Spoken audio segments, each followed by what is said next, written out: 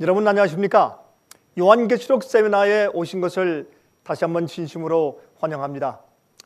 우리는 지난 시간에 7째 나팔까지 연구했습니다. 이제는 6째 나팔과 7째 나팔 사이에 끼어있는 삽입구장인 제10장과 또한 11장의 전반부를 공부할 시간이 되었습니다. 여러분, 요한계시록 10장은 아주 중요한 장입니다. 이 장은 7장과 마찬가지로 삽입구장입니다. 이 장은 마지막 시대를 향한 하나님의 메시지가 기록되어 있는 장입니다. 여러분, 요한계시록 11장 15절에 말씀하기를 7째 천사가 나팔을 불매 하늘에 큰 음성들이 나서 가로되 세상 나라가 우리 주와 그 그리스도의 나라가 되어 그가 세세토록 왕노릇 하시리로다 하니, 그렇게 말씀되어 있습니다. 여러분, 7째 나팔 시대는 하나님의 나라가 회복되는 때입니다. 그러므로 이 마지막 7째 나팔이 이르러 오기 전에, 그러므로 10장은 세상이 다시 회복되기 직전에 전해져야 하는 아주 중요한 기별을 담고 있는 것입니다. 여러분, 7장에서 공부한 것처럼 하나님께서 아직 이 세상의 최후의 사건들이 터지는 일을 막고 계시는 이유는 하나님의 백성들이 아직 인침을 받지 않았기 때문에 그러한 것입니다. 여러분, 그러므로 마지막 이제 그 큰 사건들이 터지기 직전에 하나님께서 이제 어떠한 비밀을 당신의 백성들에게 말씀하시는지 한번 우리가 요한계시록 10장을 연구하시면서 같이 살펴보도록 해보겠습니다. 여러분, 요한계시록 10장은 다시 말씀드리지만은 삽입구장입니다. 여러분, 요한계시록 10장 1절부터 11절은 다음과 같이 말씀하고 있는데, 이 말씀은 6째인과 7째인 사이에 끼어있는 삽입구장입니다. 우리가 7인을 연속해서 공부할 때 제가 그 삽입구장인 요한계시록 10장은 이번 시간에 말씀드리기로 하고 좀 빼어 넣었습니다. 우리 함께 좀 읽어보도록 하겠습니다. 요한계시록 10장입니다. 10장 1절부터 11절까지 이 말씀을 제가 읽습니다. 내가 또 보니 힘센 다른 천사가 구름을 입고 하늘에서 내려오는데 그 머리 위에 무지개가 있고 그 얼굴은 해 같고 그 발은 불기둥 같으며 그 손에 펴 놓인 작은 책을 들고 그 오른발은 바다를 밟고 왼발은 땅을 밟고 사자에 부르짖는 것 같이 큰 소리로 외치니 외칠 때에 7 우레가 그 소리를 발하더라. 7 우레가 발할 때 내가 기록하려고 하다가 곧 들으니 하늘에서 소리가 나서 말하기를 7 우레가 발한 것을 인봉하고 기록하지 말라 하더라. 여러분, 그래서 7 우레에 대한 그 이야기는 마지막 시대의 그 사건들에 대한 이야기인데, 이것은 기록하지 말라고 하셨기 때문에 이것은 아직까지 우리가 정확하게 풀 수 없는 어떤 내용이 되겠습니다. 내가 본 바 바다와 땅을 밟고 솟는 천사가 하늘을 향하여 오른손을 들고 세세토록 살아계신 자 곧 하늘과 그 가운데 있는 물건이며 땅과 그 가운데 있는 물건이며 바다와 그 가운데 있는 물건을 창조하신 이를 가리켜 맹세하여 가로되 지체하지 아니하리니 7째 천사가 소리내는 날 그 나팔을 불게 될 때에 하나님의 비밀이 그 종 선지자들에게 전하신 복음과 같이 이루리라. 이것이 굉장히 중요한 내용이죠. 바로 이 대목이 요한계시록 10장의 중심입니다. 하늘에서 나서 내게 들리는 음성이 또 내게 말하여 그러되 내가 가서 바다와 땅을 밟고 솟는 천사의 손에 펴놓인 책을 가지라 하기로 내가 천사에게 나아가 작은 책을 달라 한즉 천사가 그러되 갖다 먹어버리라. 내 배에는 쓰나 내 입에는 꿀같이 달리라 하거늘 내가 천사의 손에서 작은 책을 갖다 먹어버리니 내 입에는 꿀같이 다나 먹은 후에 내 배에서는 쓰게 되더라. 저가 내게 말하기를 내가 많은 백성과 나라와 방언과 임금에게 다시 예언하여야 하리라 하더라. 여러분, 이것이 요한계시록 10장에 있는 내용입니다. 여러분, 이 말씀은 하나님의 영광의 거룩한 기별들을 가지고 있는 하나님의 영감의 말씀입니다. 이 성경은 우리가 신뢰할 수 있고 우리 생애를 바쳐서 우리가 따라가야 할 중요한 책입니다.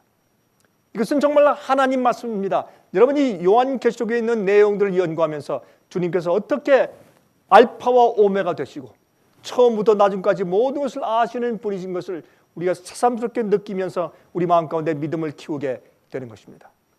여러분, 계시록에는 가끔 다른 천사라는 단어가 등장합니다. 여러분, 중요한 사건마다 하늘에서 날아오는 다른 천사들이 등장합니다. 현재 요한 곁에 서 있는 천사 가브리엘 이외에 다른 천사가 곧 일어날 사건들을 위해서, 그것을 강조하기 위해서 하늘에서 파송돼서 날아와서 그 장면마다 강조하는 것을 다른 천사라고 표현한 것입니다. 그런데 이 요한계시록 10장에 나타나는 다른 천사는 좀 특이합니다. 이 천사를 힘센 다른 천사라고 부릅니다. 이 천사는 해와 같은 얼굴을 가지고 있고 구름이 둘려있는 무지개가 그 주위에 있고 발은 불기둥 같습니다. 이것은 계시록 1장에 나오는 예수님의 모습과 아주 같습니다. 성경의 구름과 무지개는 하나님의 주위에 있는 것이지요. 모세가 불타는 가시떨기 나무에서 하나님을 배웠을 때 여호와의 사자가 나타났다고 말했습니다. 여호와의 천사가 나타났다고 말했습니다. 그런데 그 다음 절에 여호와께서 말씀하시기를 이라고 적습니다. 그리고 그 천사는 다름 아닌 바로 여호와 하나님이신 것을 성경은 반복해서 설명해 주고 있습니다.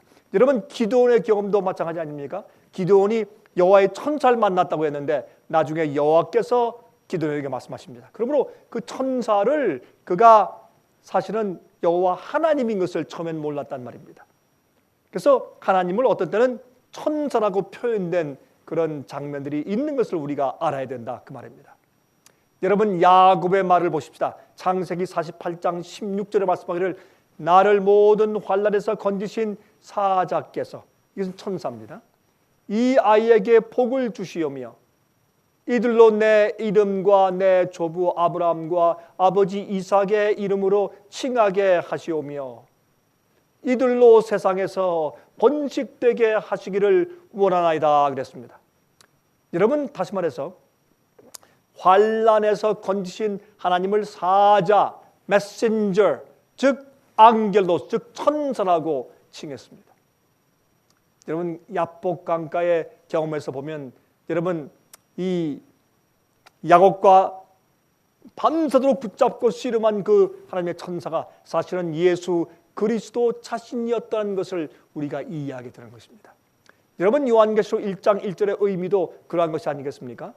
하나님 아버지께서 예수께 계시를 주시고 예수께서 천사에게 주었을 때 천사가 요한에게 그 계시를 가져와서 보여주었다, 이렇게 말씀을 하셨습니다. 여러분, 요한계시록 10장에 예수께서 나타나셔서 특별한 말씀을 주셨습니다. 이 천사는, 힘센 다른 천사는 바다와 땅을 밟고 있다고 성경은 말하고 있습니다. 그 뜻은 지금 말씀하시는 이 기별이 온 세상에 바다를 건너서 온 세상 땅에 전파되어야 한다는 의미를 가지고 있는 것입니다. 이 말씀은 전 세계적인 복음의 운동을 상징하고 있기 때문에 그렇습니다. 그런데 예수님 손에 펴놓인 작은 책이 있습니다. 이 힘세고 힘센 다른 한 천사가 가지고 있는 이 작은 책이 무엇일까요? 성경 전체가 아니기 때문에 작은 책이라고 했을 것입니다. 그중 작은 책이 펴놓여 있다는 것은 닫혀져 있었다는 사실을 표현합니다. 지금 펴 있습니다. 왜요? 닫혀졌다가 지금 펴졌다라는 그런 표현이 되는 것입니다. 여러분, 성경 가운데 닫혀져 있던 예언이 있습니까? 있죠. 다니엘서에 있습니다. 여러분, 다니엘서 12장 4절부터 10절까지 있는 말씀을 제가 읽어야 합니다. 다니엘서 12장 4절부터 10절까지 있는 말씀을 제가 좀 읽어보도록 하겠습니다. 다니엘아, 마지막 때까지 이 말을 간수하고 이 글을 봉함하라. 많은 사람이 빨리 왕래하며 지식이 더하리라. 나 다니엘이 본즉 다른 두 사람이 있어 하나는 강 이편 언덕에 섰고 하나는 강저편 언덕에 섰더니 그 중에 하나가 세마포 옷을 입은 자 곧 강물 위에 있는 자에게 이르되 이 기사의 끝이 어느 때까지냐 하기로 내가 들은즉 그 세마포 옷을 입고 강물 위에 있는 자가 그 좌우 손을 들어 하늘을 향하여 영생하시는 자를 가리켜 맹세하여 가로되 반드시 한때 두때 반때를 지나서 성도의 권세가 다 깨어지기까지니 그렇게 되면 이 모든 일이 다 끝나리라 하더라.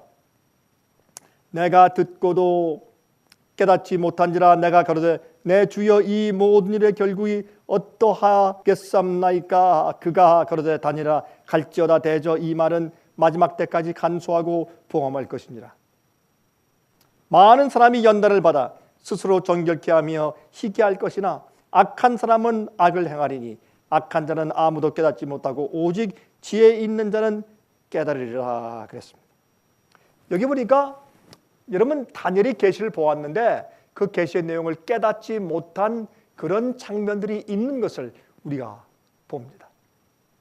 여러분 성도들의 권세가 다 깨어지기까지 한때 두때 반때가 지나면 모든 일이 다 끝나겠다. 무슨 말입니까? 여러분 성도들의 권세가 다 깨어지는 것은 그들이 크게 핍박당하여서 흩어지게 될 것을 말하는 것입니다. 이 예언은 교황권이 중세기에 성도들을 핍박한 것을 예언하는 것입니다. 다니엘과 계시록의 예언의 초점은 교황권 세력과 그가 마지막 시대에 어떠한 일을 행할 것인가에 대한 예언과 또한 그 세력에 대한 하나님의 심판에 대한 것이 주를 이루고 있습니다. 이 세대 반과 3년 반이죠. 또 1260일에 대한 예언, 이게 1260년이죠. 또 12장과 13장을 공부할 때 자세히 다루겠습니다. 그러므로 지금은 간단히만 말씀을 드리고 지나가도록 하겠습니다. 여러분 다니엘 11장 13절을 보시면 이렇게 말씀되어 있습니다. 북방 왕은 돌아가서 다시 대군을 전보다 더 많이 준비하였다가 몇 대, 곧 몇 해 후에 대군과 많은 물건을 거느리고 오리라. 여러분 이 말씀 가운데서 보면 몇 대를 곧 몇 해라고 설명해 주었습니다. 그러므로 한 때는 성경에서 한 해를 말하는 것입니다. 그러므로 세 때 반은 3년 반을 의미한다 그 말입니다. 영어로 time, 그는 1 year, 1년이라는 말이죠. times, 2년은 2 years, 2년이란 뜻입니다. 여러분 이렇게 우리가 성경 자체가 그 말씀을 해석해 주고 있는 것을 보면서 우리가 감사하는 것입니다. 그래서 또한 하루는 1일의 예언 해석의 원칙에 의해서 1일은 우리가 1년으로 보는 것이죠. 민수기 14장 34절에 다음과 같이 말씀되어 있죠. 너희가 그 땅을 탐지한 날수 40일에 하루를 1년으로 개선하여 그 40년간 너희가 너희의 죄의 악을 질지니 그랬습니다. 하루를 1년으로 환산하라. 어떻게? 이 예언적인 기간을 해석할 때 그렇게 말씀되어 있습니다. 또한 에스겔 4장 6절을 보면 그 수가 차거든 너는 우편으로 누워 유다 족속의 죄악을 담당하라. 내가 내게 40일을 정하였나니 1일이 1년이니라. 기간적인 예언에는 1일을 1년으로 풀어야 한다고 성경 자체가 설명해 주고 있는 것입니다. 우리는 우리 마음대로 푸는 것이 아닙니다. 성경 자체가 성경의 열쇠를 풀도록 그렇게 우리가 성경의 그 문제를 풀도록 성경 자체가 성경의 열쇠가 될 수 있도록 우리가 해야 하는 것입니다. 그러므로 유대인들의 달력으로는 3년 반은 42달, 즉 1260일, 즉 1260년 동안의 핍박의 예언을 말하는 것입니다. 그러므로 한때, 두때, 반때를 지나서 성도의 권세가 다 깨어지기까지라는 뜻은 중세기에 교황권의 핍박 시대, 암흑 시대, 1260년 동안의 핍박 기간을 지나서라는 뜻이 되겠죠. 여러분 어렵습니까? 어렵지 않습니다. 성경의 그 예언의 해석의 원칙만 우리가 적용시키면 거기에 공식이 다 나와 있는 것입니다. 그 시기를 지난 후에 이 닫혀졌던 예언이 지금 이 힘센 다른 천사의 손에 한 작은 책이 놓여 있는데 펴놓였어요. 닫혀졌던 것이 이제 그 해석이 이해되고 펴지는 것입니다. 언제부터? 1260년 동안의 핍박 기간이 지난 이후에 그 시기를 지난 후에 이 닫혀있던 예언이 이해가 되고 드디어 끝이 이르러 온다는 그 말씀을 여기서 언급하고 있다 그 말입니다. 여러분 다니엘이 계시를 받았을 때 그는 어떤 것들을 이해하지 못했습니다. 예를 들어서 다니엘 8장 26절과 27절을 읽어보시면 그는 2300일에 관한 예언을 보고 이해하지 못하고 기절했다 그랬습니다. 또한 이 다니엘서 8장 9절부터 19절에 있는 말씀이나 아니면 다니엘서 7장 19절에서 25절에 있는 말씀들을 보면 거기에 있는 말씀은 이 처음에 바벨론, 메데페르시아, 헬라, 로마 그 다음에 또 아주 이 무서운 짐승이 나오는데 여러분 이 로마 나라가 분열되면서 올라오는 작은 불세력, 짐승의 세력, 교황권의 세력, 이 세력이 이 교회를 핍박하고 성도를 핍박하고 진리를 땅에 던지고 짓밟는데 너무 기가 막혀서 이것을 자기가 이해하지 못했다, 혼절했다 그렇게 표현하고 있습니다. 바로 이러한 예언을 계시록 10장에서 펴놓인 작은 책이란 표현으로 나타내고 있는 것입니다. 어떤 것들은 닫혀 있었습니다. 특별히 2300주의 예언은 과거엔 이해하지 못했습니다. 1260년 동안의 핍박시대 이후에 그들이 이것을 이해하게 되었습니다. 그러므로 닫혀 있었던 그 책, 작은 책인 다니엘 책이 이제 펴놓여서 해석되고 이해되는 때다. 그것을 성경은 말씀하고 있다. 그 말입니다. 여러분 3년 반 동안 성도의 권세가 깨어지는 시간인 핍박을 받는 시기는 AD 538년부터 1798년도까지입니다. 여러분 AD 538년도에는 어떤 일이 있었습니까? 로마에 있는 교회 감독이 로마 황제 인준에 의하여 온 세상 교회들의 머리로 군림합니다. 그때 여러 기독교의 지도자들이 반대 세력을 펼쳤습니다. 그들이 안 된다고 했습니다. 우리의 주인과 머리는 예수님밖에 없다고 말했습니다. 그때 그 반대 세력들을 다 쳐서 부순 다음에 로마의 감독이 교황권으로 확립된 그 해가 바로 얼마입니까? 1260년 동안의 종교 핍박이 시작된 해입니다. 그것이 AD 538년이죠. 여러분 그 중세의 무서운 핍박의 시기입니다. 하지만 그 1260년이 그 차는 그 정확한 기간인 1798년도에 불란서의 나폴레옹 장군의 부하인 버티어 장군이 바티칸으로 가서 교황 피우스 6세를 잡아다가 말에 태워서 데리고 와서 불란서 옥에 가두어서 거기서 그는 옥사되고 말았습니다. 여러분 중세기 핍박 시대가 끝난 것이죠. 온 세상은 이제 우리가 종교 탄압에서 해방되었다라고 소리를 질렀습니다. 그때 성경의 복음이 온 세상에 퍼지기 시작했습니다. 그때 드디어 예언대로 닫혀있던 다니엘서의 예언이 펼쳐지고 이해되기 시작했습니다. 성경에 대한 연구가 세계적으로 활발하게 움직이기 시작했습니다. 그 중세기 핍박이 끝난 다음에 이 다니엘서의 예언 중에 특별히 닫혀졌다가 마지막 시대에 와서 펼쳐지게 된 예언은 특히 2300주야에 대한 예언입니다. 여러분 다니엘 8장 14절에 다음과 같이 말씀되어 있습니다. 2300주야까지니 그때 성소가 정결하게 함을 입으리라.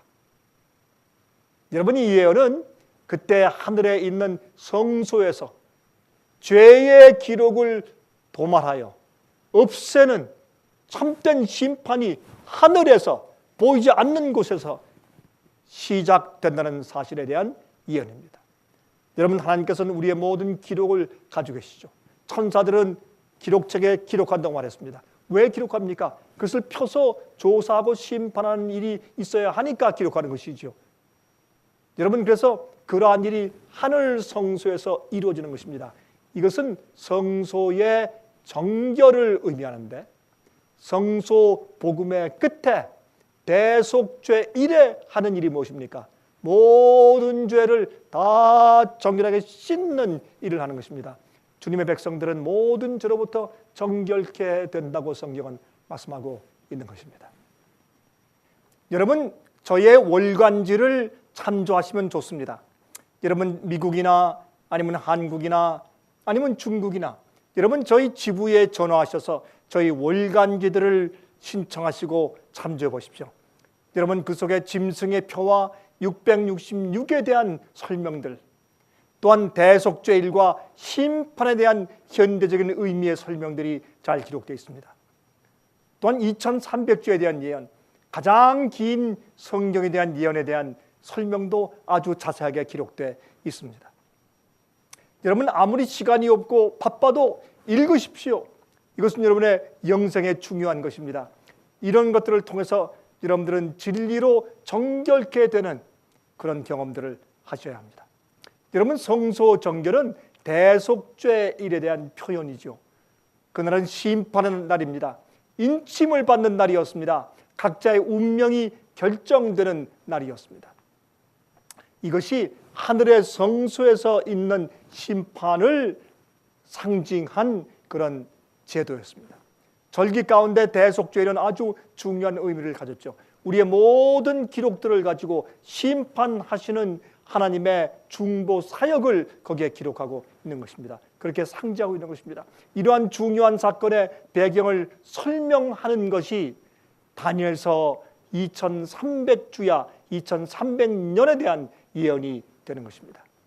여러분, 이 예언이 닫혀 있다가 말세에 와서 펼쳐져서 이야기가 되었다는 말입니다. 1798년도에 핍박의 시기가 끝나자 성경 예언 연구의 운동이 활발하게 움직이기 시작했습니다. 특히 유럽과 미국에서 그랬죠. 여러분, 미국은 말이죠, 유럽에서 핍박을 받았던 청교도인들이 미국으로 이민 와서 미국의 동북부 주에 모여서 많이 살고 있었습니다. 특별히 그 미국의 동북부 주에서 이 예언 연구에 한창 열을 올리게 된 것이 바로 2300주야에 대한 예언의 연구였습니다. 1260년 동안의 핍박 기간이 끝나면서 1798년이 지나자 이러한 놀라운 일들이 생기기 시작했습니다. 성경 예언대로 그렇게 되었습니다. 특히 그 각 교파의 목사들과 신학 교수들이 2300주에 대한 예언 연구를 많이 했습니다. 그들은 드디어 예수께서 오실 때가 되었다고 외치기 시작했습니다. 유럽에서 수많은 성직자들이 일어나서 이 예언의 말씀을 말하기 시작했습니다. 미국에서도 1830년도를 전후로 해서부터 수백 명의 목사들과 교수들과 신문 기자들이 이 예언을 해석하며 심판날이 다가왔으며 예수께서 곧 오신다고 외치기 시작했습니다. 그 무렵에 동시에 온 세계적으로 이런 예수님의 재림에 대한 운동이 생기기 시작했습니다. 2300주야가 끝나는 때에 예수 그리스도의 재림 사건이 있을 것이라고 잘못 오해했습니다. 여러분, 예언 해석의 기간적인 해석은 맞았지만은 사건 자체를 적용하는 일에 오해가 생기고 말았습니다. 예언의 시간이 지나도 예수께서 오시지 않자 다 크게 실망하고 말았습니다. 여러분, 2300주 예언을 해석하면서 그들이 예수께서 오시는 시간과 그 해, 날짜를 정해놓고 그들이 기다리게 되었습니다. 그것은 잘못 적용한 것이죠. 그 내용을 그들이 예언 기간의 해석은 맞았지만은 그 예언의 중요한 사건을 잘못 적용시키신 것입니다. 예수께서 하늘 지성소에서 이제 이 주기의 마지막 심판을 위해서 책들을 펴고 심판하시는 일을 천천만만 천사와 증인들 앞에서 하나님께서 아주 공정하게 심판하고 기록을 살피는 일을 하시는 그 장면을 예수께서 마치 이 땅에 오시는 것으로 그들이 오해하게 된 것이죠. 여러분, 이 지구를 불로 멸하기 위해서 예수께서 정결케 불로 정결케 하시기 위해서 오신다라고 잘못 적용하게 된 것입니다. 그래서 크게 실망하게 되었죠. 나중에 알고 보니 그 예언은 하늘 성소가 정결케 되는 시간이었습니다. 주님께서 죄의 기록들이 하늘에 다 올라왔기 때문에 하늘의 성소가 더럽혀졌습니다. 무엇 때문에? 우리의 죄 때문에, 우리의 죄의 기록 때문에, 이 지구상의 인간들의 죄의 기록 때문에 하늘 깨끗하고 거룩한 성소가 더럽혀져 있는데, 그것을 이제 조사하고 심판하고 다 살펴본 다음에 그것을 지워버리면 다시 정결케 되지 않습니까?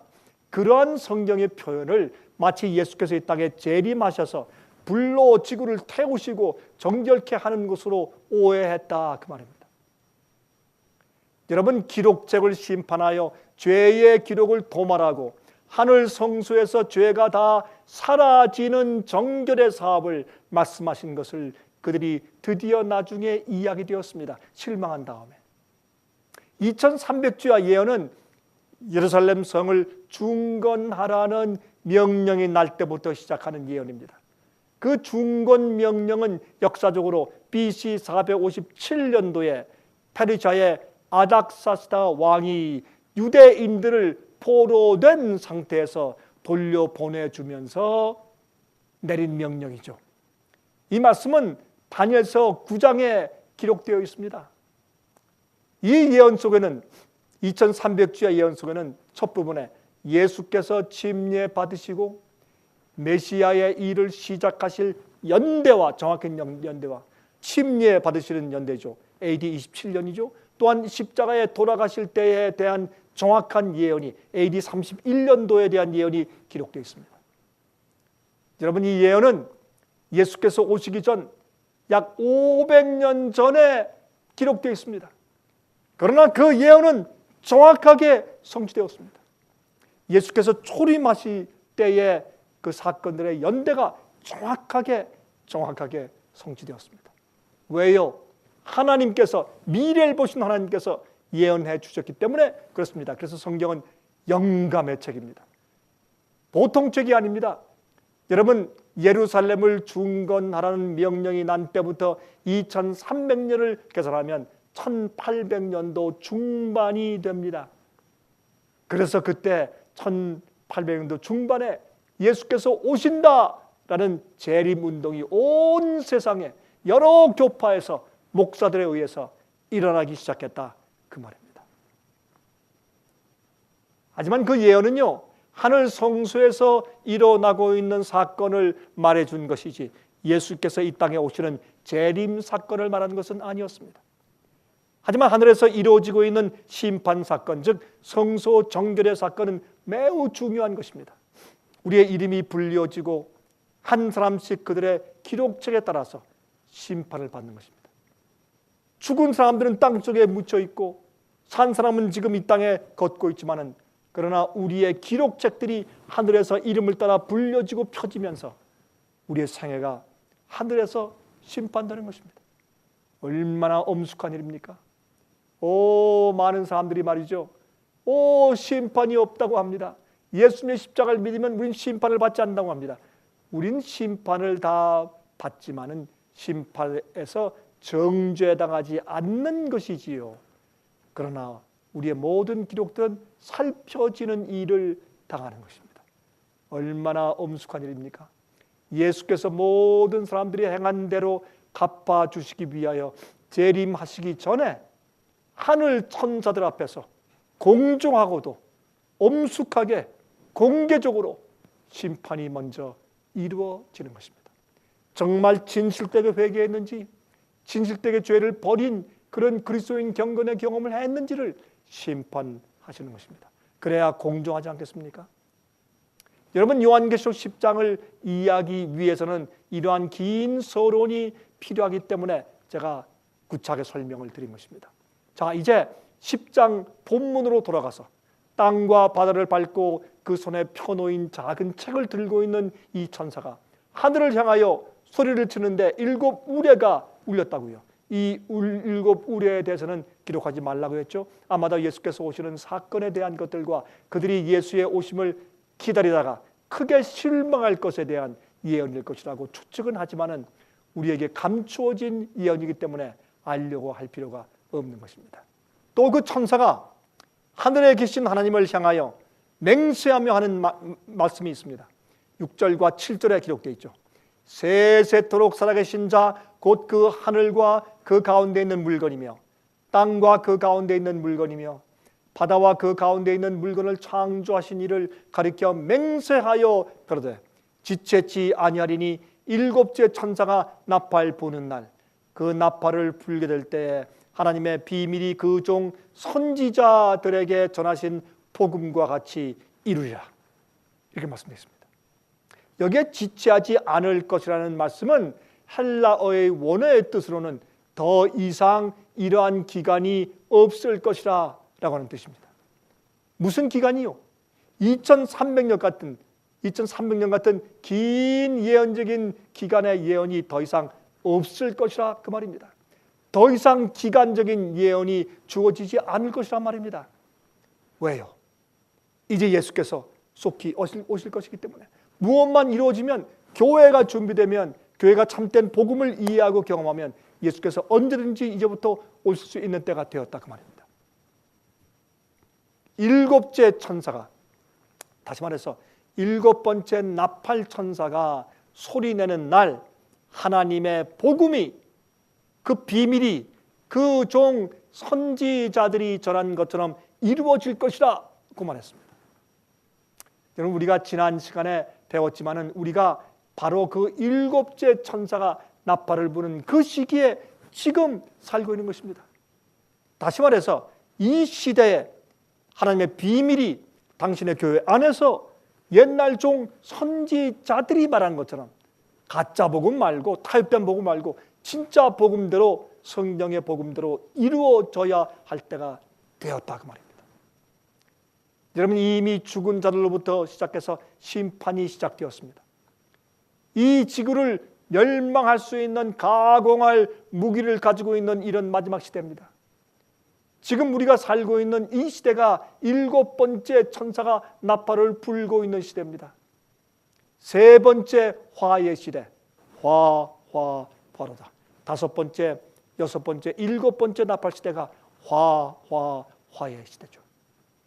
이슬람 세력이 갑자기 다시 일어나서 다섯 번째, 여섯 번째 나팔처럼 첫 번째 화와 두 번째 화의 시대처럼 이슬람 세력이 타락한 교회와 그 교회를 지지해주는 정부들을 채찍질하기 시작한 그런 세상을 고통스럽게 만드는 시대가 다시 되었습니다. 지금은 일곱 번째 나팔 시대고 세 번째 화의 시대가 아닐 수가 없는 것입니다. 성경의 예언대로 그렇습니다. 우리는 그 마지막 시대에 살고 있습니다.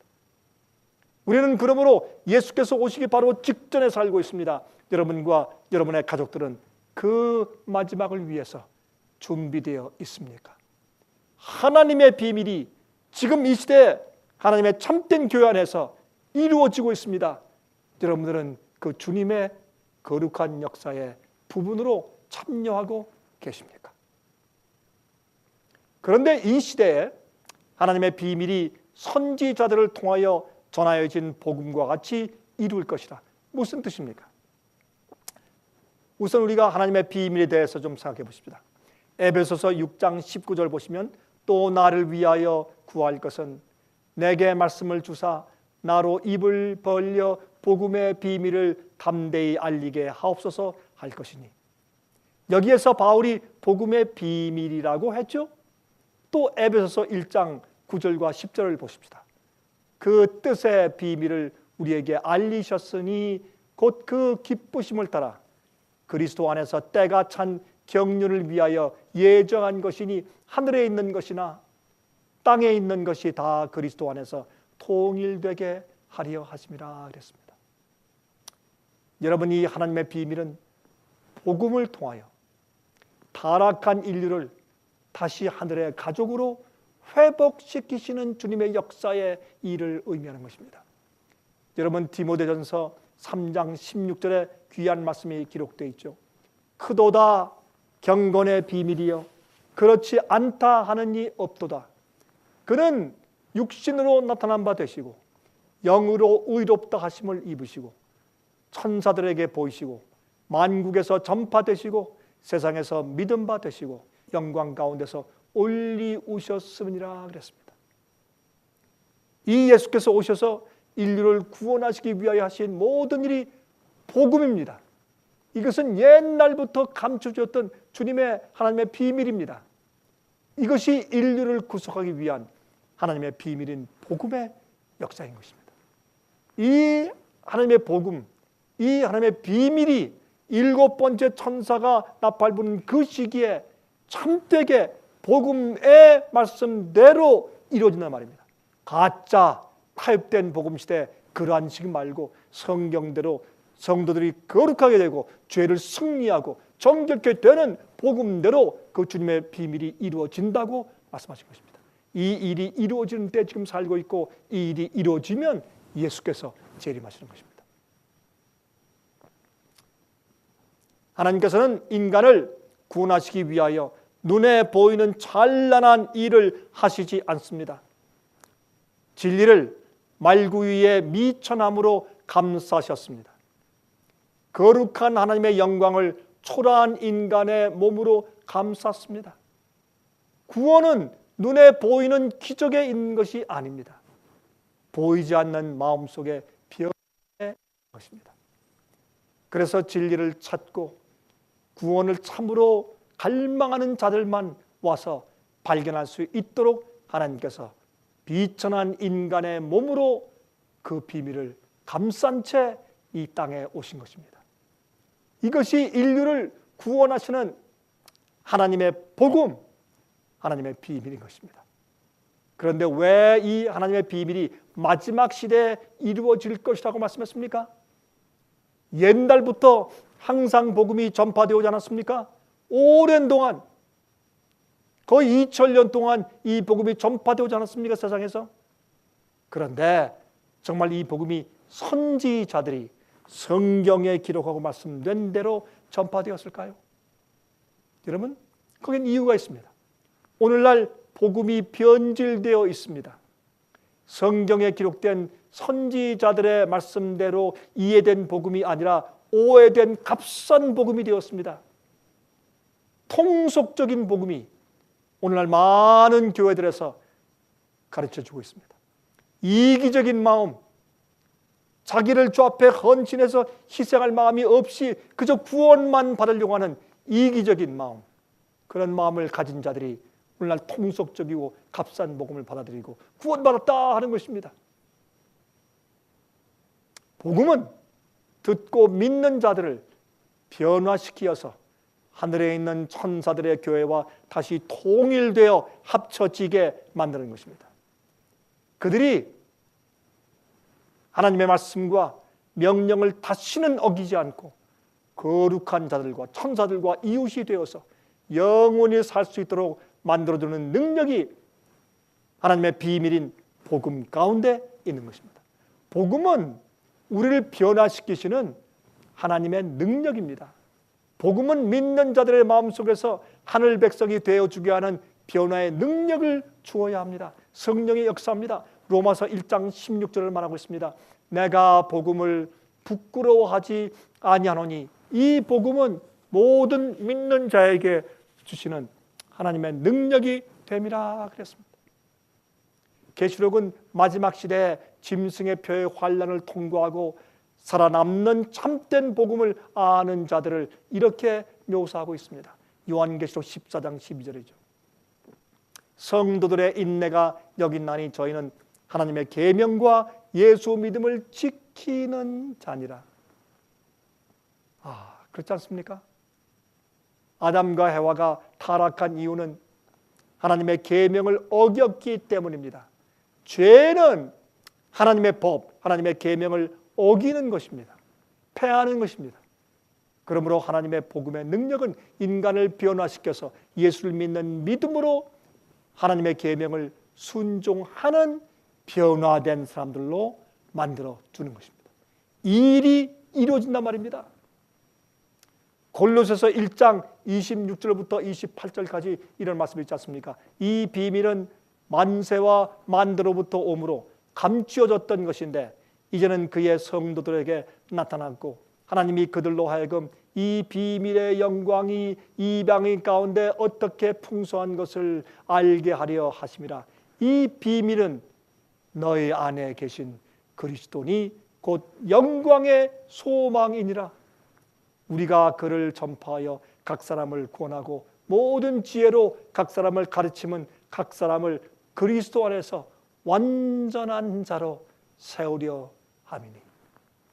이 비밀은 우리 속에 계신 그리스도라고요. 내가 아니라 내 속에 계신 예수께서 그 일을 이루신다고요. 죄를 승리하고 죄의 본성을 이기고 마귀를 이기고 세상을 이기고 온전케 되는 그 복음의 능력을 내 속에 계신 그리스도께서 이루신다 그 말이죠. 우리 안에서 역사하시는 예수님, 하나님께서는 이 복음의 능력이 어떠한 것을 복음을 모르는 이들에게 알게 하신다고 했습니다. 우리의 변화된 성품으로 말입니다. 우리가 믿을 때 예수께서 성령으로 우리 속에 들어오셔서 우리를 하나님의 형상으로 변화시키시고 완전한 자로 세우시기까지 쉬지 않고 역사하시는 것이 복음의 역사입니다. 이것이 우리가 가지고 있는 소망입니다. 영광의 소망입니다. 바로 이것을 영광의 소망, 우리 속에 계신 예수 그리스도라 그렇게 성경은 부르고 있는 것입니다. 여러분이 참된 복음의 역사를 경험하고 계십니까? 믿기만 하면 된다는 값싼 복음은 성경의 가르침이 아닙니다. 참된 복음은 우리를 하늘에 있는 교회와 하나 되게 만듭니다. 하늘의 교회와 이 땅에 타락한 교회를 변화시켜서 다시 통일되게 하시는 것이 하나님의 비밀이라고 에베소서는 설명합니다. 그런데 이러한 복음의 역사는 성소, 성막 제도에 상징되어 있습니다. 죄를 지어 양을 끌고 성소로 가서 죄를 고백하고 양을 죽여 그 피를 믿고 구원받은 죄인이 결국에는 첫째 칸인 성소를 거쳐서 성소 제도의 결론인 지성소로 들어가게 됩니다. 그 지성소에는 법궤가 있습니다.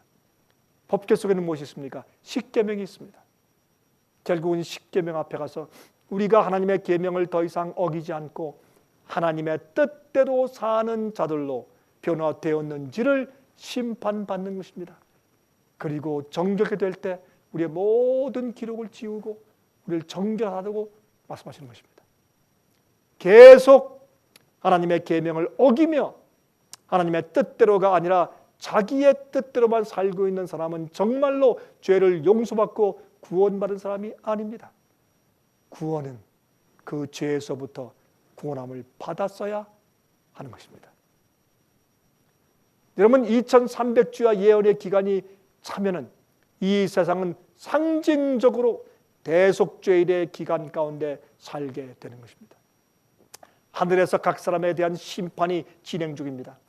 죽은 자들로부터 시작해서 그 기록책이 펴져서 이름이 불려지고 심판이 지나가고 있습니다. 그래야 하나님께서 누구는 영원히 살게 하시고 누구는 영원히 살지 못하게 하실지를 주님께서 공정하게 심판하시고 하늘에 보실 것이 아닙니까? 죽은 자들로부터 시작하여서 산 자들에게 이르기까지 심판이 진행 중입니다. 이때는 정말 하나님의 비밀인 복음대로 살며 참된 복음을 경험할 시간입니다. 지금 이 시간, 7번째 나팔의 천사가 볼 때 바로 이때의 그 일이 교회 안에서 이루어지고 있습니다. 여러분, 그 역사가 여러분 속에도 이루어지고 있습니까? 이 일이 지금 하나님의 비밀이 이 마지막 시대에 이루어질 것이다. 그렇게 요한계시록 10장은 우리에게 예언해주고 있다 그 말입니다. 보이지 않는 곳에서 이루어지지만 분명히 이 경험을 하는 사람들의 마음 가운데 이해하게 되는 것입니다. 심판이 시작되었습니다. 요한계시록 14장 6절 7절을 말했지 않습니까? 또 보니 다른 천사가 공중에 날아가는데 땅에 거하는 자들 곧 여러 나라와 족속과 방언과 백성에게 전할 영원한 복음을 가졌더라. 그가 큰 음성으로 그러되 하나님을 두려워하며 그에게 영광을 돌리라. 이는 그의 심판하실 시간이 이르렀으니 하늘과 땅과 바다와 물들의 근원을 만드신 이를 경배하라 하더라 그랬습니다. 여러분, 지금 우리가 살고 있는 이 시대에 7번째 천사가 나팔을 부는 시대입니다. 3번째 화의 시대에 복음의 비밀이 선지자들이 전한 대로 이루어진다고 예언되어 있습니다.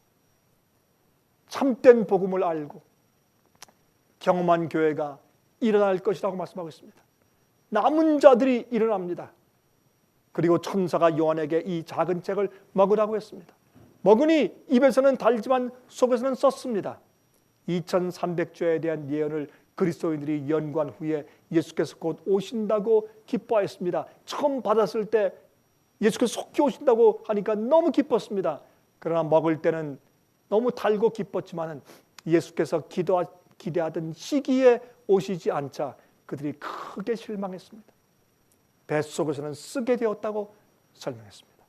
그러나 다시 예언하여야 하리라고요. 이 예언의 참된 목적은 하늘에 있는 성소에서 지금 무엇이 진행 중에 있는지 온 세상 모든 민족에게 알리고 심판을 위하여 준비하라고 외치는 부르심을 우리가 받은 것입니다. 곧 오시는 예수님의 재림을 맞이하기 위해서는 우리의 영혼을 정결케 하는 대속죄의 경험이 있어야 합니다. 여러분은 지금 어디에 계십니까? 여러분은 지금 어디 계십니까? 예수님 속히 오십니다. 이제는 우리가 세상에 복잡하고 또 정말 바쁜 일에서 우리가 헤어나와서 우리 영혼을 정결케 하고 곧 오시는 예수님의 재림을 위해서 복음의 비밀이 우리 속에 우리 가족 속에 이루어지기 위해서 온 생애를 바쳐야 할 때입니다. 무엇이 중요합니까? 이 세상에서 성공입니까? 영원한 생명입니까? 여러분 속에 요한계시록 10장의 말씀처럼 하나님의 비밀이 속에서 우리 마음속에서 이루어지는 참된 영적인 경험이 여러분 마음 가운데 있게 되시기를 바랍니다.